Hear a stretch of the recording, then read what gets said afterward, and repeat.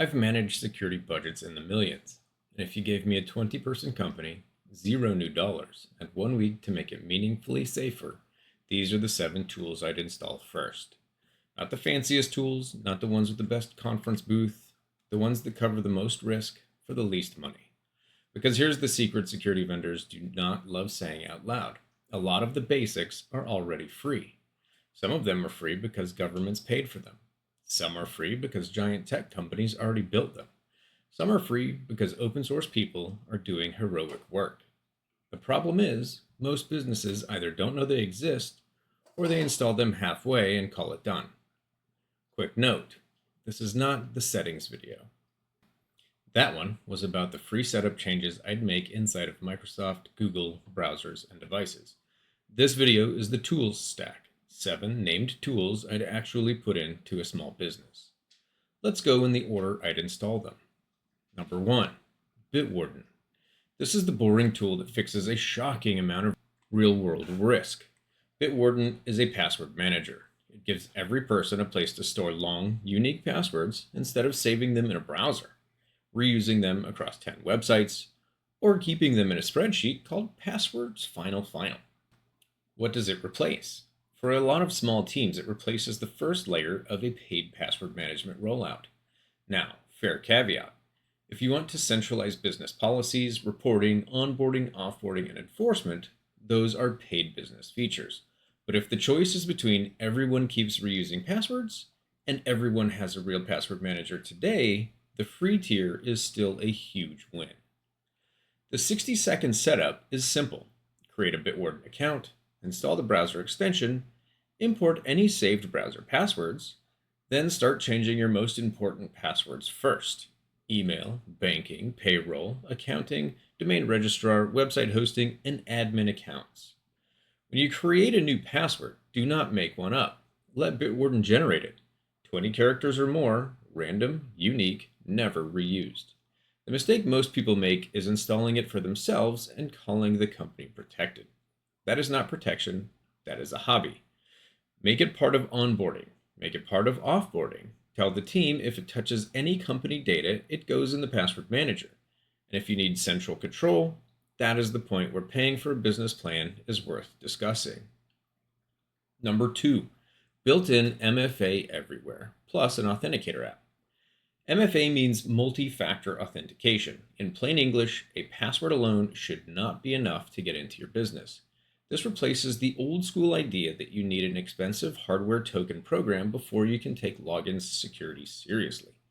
Hardware security keys are excellent, especially for owners, finance, and admins, but for most small businesses, an authenticator app is the $0 step you can take today.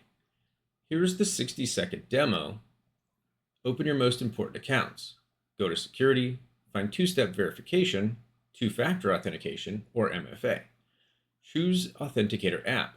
Scan the QR code with Microsoft Authenticator, Google Authenticator, Bitwarden Authenticator, 2FAS, or whatever standard app you choose. Save the recovery codes in your password manager. Start with email, then finance, then payroll, then cloud storage, then admin portals. And here is the mistake: using SMS codes for finance accounts and thinking you're done.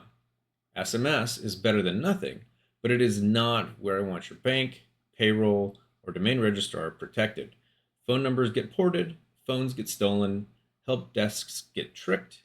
If money moves through the account, use an authenticator app at minimum, and ideally a passkey or hardware key. Number 3, CISA's free service and the KEV catalog. If you're in the US, your tax dollars already bought you a part of a security team. CISA, the Cybersecurity and Infrastructure Security Agency. This agency provides free cybersecurity resources, including cyber hygiene services like vulnerability scanning for eligible organizations. And the KEV catalog, which stands for Known Exploited Vulnerabilities, is one of the most practical security lists on the internet. It answers a very simple question: which vulnerabilities are attackers actually exploiting? Not what got a scary score, not what made the biggest headline, but what is actually being attacked in the wild. The setup is search for CISA cyber hygiene services, review the eligibility, and request scanning for your public-facing systems. Then bookmark the KEV catalog. If you use common tools like VPNs, firewalls, file transfer software, Windows servers, or remote access products, search those vendor names in KEV. This replaces a slice of a paid vulnerability intelligence and external scanning. Not all of it, but enough that ignoring it is just leaving free help on the table. The mistake is treating every critical vulnerability the same. A critical vulnerability in software you do not own is trivia. A known exploited vulnerability in your firewall is Tuesday's emergency. That's why KEV matters. And I'm going to do a full video later on how to triage vulnerabilities without losing your mind. Number 4, have I been pwned? You've probably used this personally. You type in an email address and it tells you if that address has appeared in known breaches. But for a business, the real value is domain monitoring. Instead of checking one person at a time, you verify that you own your company domain, and then you can see which addresses from that domain have appeared in breach data. The setup. Go to Have I Been Pwned, sign into the dashboard, add your domain, and verify ownership. Depending on the domain, you may be able to verify by email, DNS record, or website file. Once verified, review the exposed addresses and sign up for notifications. Small caveat. HIBP's free plan has limits for domain monitoring, especially if your domain has lots of breached addresses. But even then, free email notifications for key mailboxes are still worth setting up, and the paid tiers are usually much cheaper than vague dark web monitoring upsells.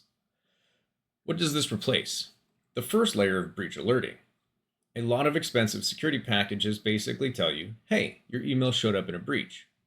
HIBP has been doing that for years. The mistake is receiving the alert and doing nothing. A breach alert should trigger a mini playbook. Change that password, kill active sessions if the service allows it, confirm MFA is on, and check whether that password was reused anywhere else. The alert is not the fix. The alert is the smoke alarm. Number 5, Microsoft Defender. For a Windows business, this is the tool many people already own and still somehow ignore. Microsoft Defender antivirus is built into Windows.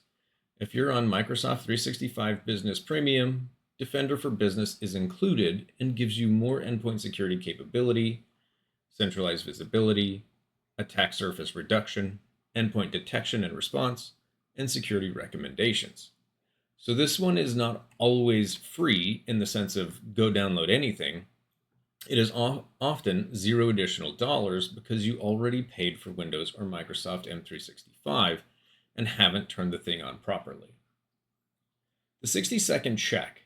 Open Windows Security, go to Virus and Threat Protection, confirm Defender is active, confirm Real-Time Protection is on, confirm Cloud Delivered Protection is on, confirm Tamper Protection is on.